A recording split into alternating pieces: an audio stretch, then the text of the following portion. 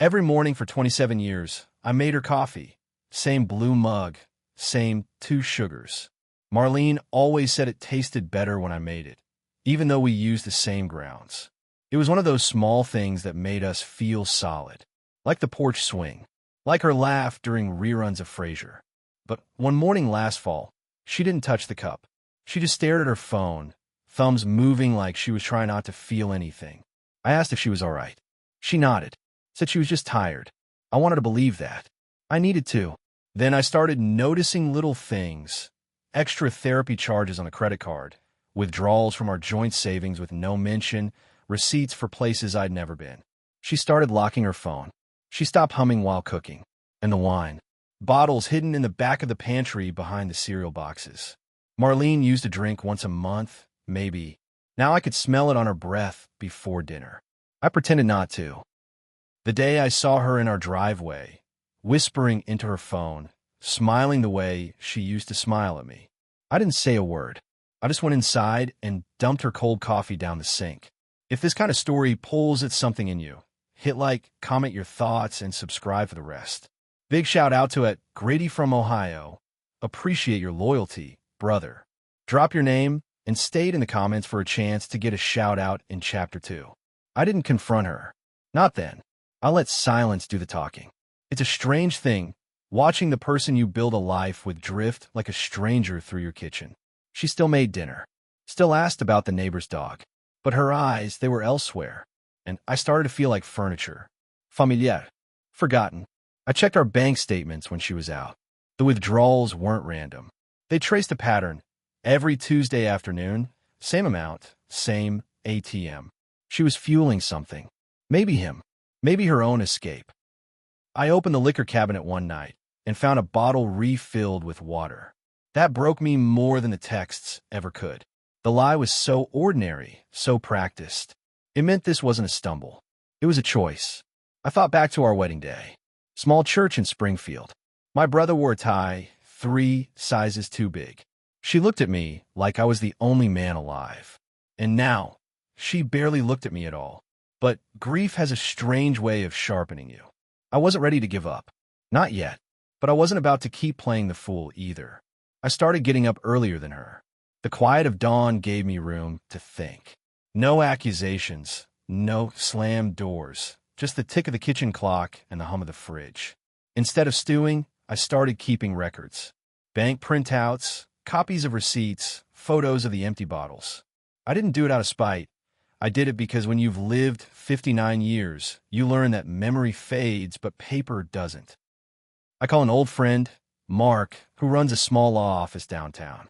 Told him I wasn't looking for a divorce, just protection. He said the same thing twice. Document everything. Then I made another call. Our church counselor.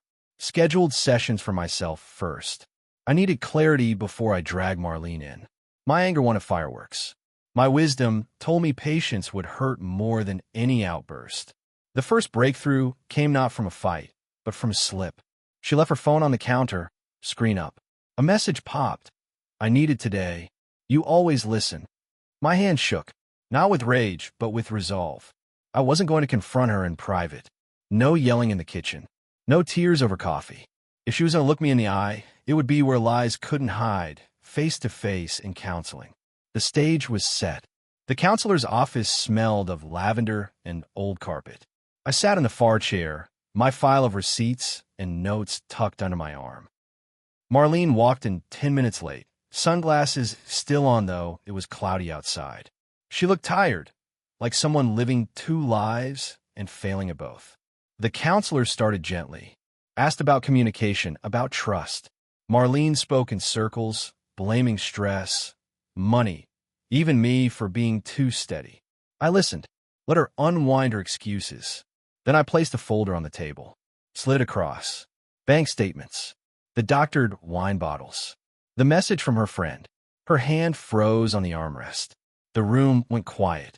I didn't bring this to shame you, I said, voice steady. I brought it because this marriage deserves honesty. And right now, you're giving it to another man, to a bottle, to secrets. Not to me. The counselor leaned in. Marlene, this is the moment. You can deny, or you can decide. She broke, not in a dramatic way. No sobbing or falling to the floor. Just a quiet collapse, like a balloon losing air. I don't know why I did it, she whispered. I thought you stopped seeing me. For the first time in months, I reached for her hand. It shook, but she didn't pull away. The reckoning wasn't loud. It was quiet, raw, and real. Forgiveness isn't a lightning strike. It's a drip, steady and slow. After that day in the counselor's office, things didn't magically fix. The next weeks were awkward. Her phone stayed on the counter more often, and the bottles disappeared, but trust wasn't built on gestures. It was built on consistency. I laid out ground rules. Joint counseling twice a week. Full transparency with money. No more support groups that turn into lunch dates. She agreed, not out of fear, but with a kind of weary relief, like she'd been carrying a lie too heavy for too long. I wasn't innocent either. I had let routine replace romance. Stability had turned into silence. So I started small. Saturday walks, even when the weather was bad. A handwritten note tucked in her purse before work. A question asked and answered. With real listening. It wasn't easy. There were setbacks. Nights when I lay awake wondering if she'd slip again. But slowly, her eyes began to meet mine the way they used to. Not every day. Not perfectly. But enough. 6 months later, we sat on the porch again with coffee in our hands. She took a sip, smiled faintly, and said, "It tastes better when you make it." The coffee was the same, but we weren't. We were choosing, day after day, to rebuild what we nearly lost. And that choice, that slow, steady choice, was our restoration. If you stayed through all 5 chapters, thank you. Your support keeps these stories alive. Feel like if it resonated, share it with someone who might need the reminder, and subscribe for the next journey. Until then, stay steady, friends.